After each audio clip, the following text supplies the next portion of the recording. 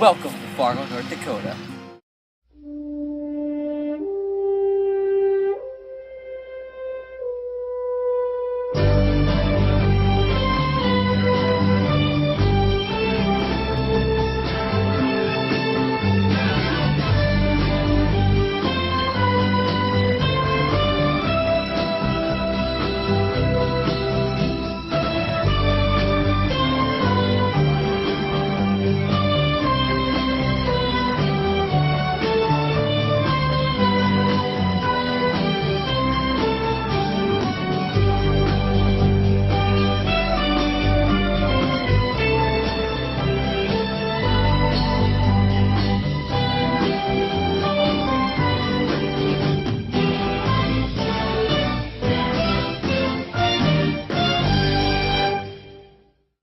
So, when I started hearing about all this global warming on the news, I knew I had to take my family off the grid. Me, the father, Ziggy, the mother, and our 3 children. Tommy's the middle child, a little weird, adopted. Matthew's our oldest boy, Mackenzie's the youngest. He's looking like a bright future though. Now, in order to go successfully off the grid, we had a few requirements we had to follow. Those were, we had to build a self-sustaining house out of recyclable resources, and we had to be able to supply our own food, water, and energy. Not only that, we had to consider the economic, societal, and environmental issues that might be in the land we were going to. Economic factors we had to take into account, where we need to use low-cost means because we have a price cap. We need to overcreate energy so that we have extra money that we can make back from the energy companies. And we also need to have no bills for energy, heating, or any other thing we need so that we won't lose money. And it will be helpful to the environment.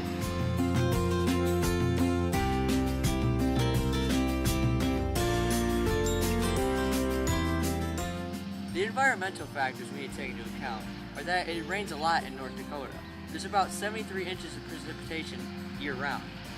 There are tornadoes in North Dakota, and the summer high gets to about 83 degrees Fahrenheit on average, and the low in winter gets to about 6 degrees Fahrenheit on average. The societal factors we need to take into account are the transportation issues. We need the public schools and the markets.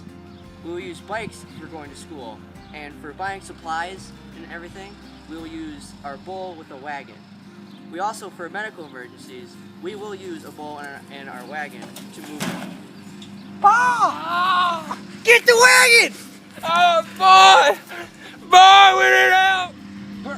Boy, lift my leg up on your knee. Sorry, Have Paul. you never done this? I'm sorry, Paul. Now, the 3 sources of energy we are going to use are solar energy,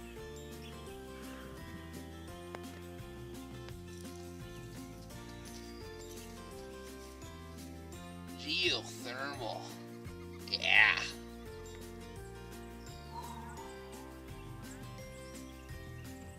wind energy. boy, why'd you let me do that? You wouldn't let me stop you, Dad. Sit down. Thanks, boy. Alright. The food we'll be growing, we'll be farming. We'll be farming cabbage, carrots, potatoes, I like them too. garlic, dry beans, squash, lots of crops. Now, on a farm, we're very busy, and since we're off the grid, we aren't gonna have a lot to keep ourselves entertained. So we're bringing ourselves 3 Normal puppies: Carl, our Corgi,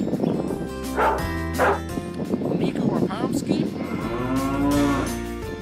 and Rex, the Akita. That's my program.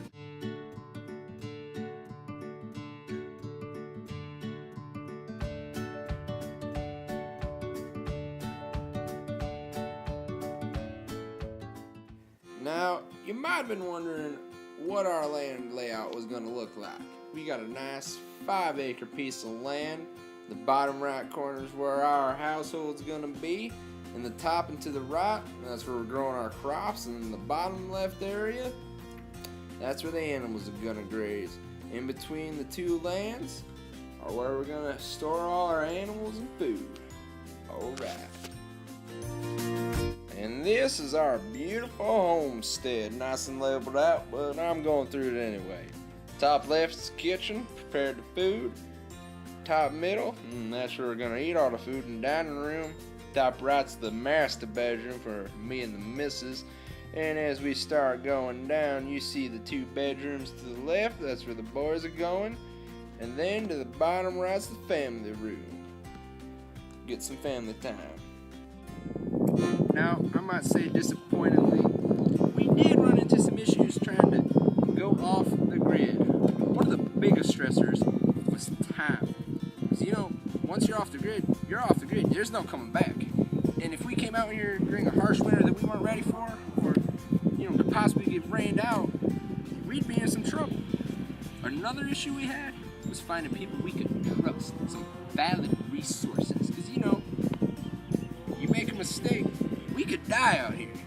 Now, the next issue, which not the biggest one, were some people we knew distracting us during our hardest times of research. I hear they're moving out to the Sonoran Desert.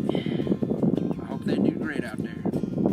Now, what started all this, though, was truly our eldest son, Matt, trying to help around the house, get some more money, and make some biodiesel. That's getting popular, big money out there. But sadly, he spilt it. Now, the way we were really able to solve these problems were our two sons, my eldest and my youngest, Matthew and Mackenzie. Mackenzie, he kept straight to work, working hard, you know, didn't let anything bother him. And Matthew, he stepped up to the leadership plate when I had failed to. Put on the big boy pants and really took charge, and I do own that. Now, what we learned through our endeavors of making this house was how to manage our time correctly and how to divide the labors between each other so we made the house the most efficient it could be.